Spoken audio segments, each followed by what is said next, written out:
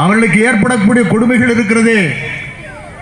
ஒரு நாளைக்கு ஒரு வாரத்திற்கு ஒரு முறை மீனவ சமுதாய மக்கள் வாழக்கூடிய பகுதிக்கு சென்றோம் என்று சொன்னால் கண்ணீரும் கம்பளையுமாக அழுது புரண்டு இருக்கக்கூடிய தாய்மார்கள் தாங்கள் இங்கு இருப்பார்கள்.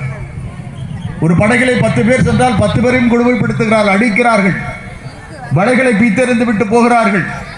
இப்படிப்பட்ட கொடுமைகளை தமிழ்நாட்டினுடைய முதலமைச்சர் தளபதி அவர்கள் மத்திய அரசுக்கு ஒன்றிய அரசுக்கு எடுத்து வைத்த போதும் கூட அது பற்றி கவலைப்படாமல் இருக்கிறது.